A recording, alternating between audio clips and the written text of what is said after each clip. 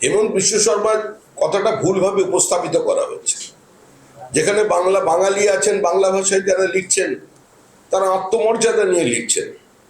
তো বাংলা ভাষায় লেখাটা তাদের অধিকারের মধ্যে পড়ে, আর তাদের বাঙালি বলে চিহ্নিত করাটাও কোনো অপরাধের কিছু নয়। এটা তো সম্পূর্ণ একটা অদ্ভুত বিতর্ক তৈরি করছে।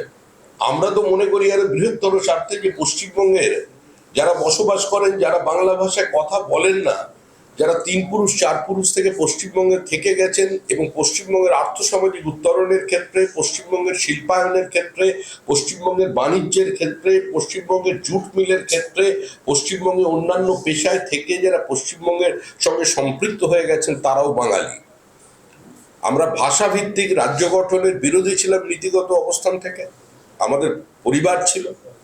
আজকেও যে রাজনীতি তৃণমূল করছে এটা সম্পূর্ণ বিদ্বেষের রাজনীতি, এবং যেভাবে এখানে একটা বাঙালি বাঙালি শব্দ তোলা হয়েছে, এতে কার্যত আমাদের যে পরিযায়ী শ্রমিক আছে যারা ভারতবর্ষের বিভিন্ন জায়গায় ছড়িয়ে আছে, এবং আমাদের যারা ছাত্রছাত্রী আছেন, মেধাবী ছাত্রছাত্রী যারা ভারতবর্ষের বিভিন্ন জায়গায় কর্মরত, তারা অসুবিধার সম্মুখীন হচ্ছে।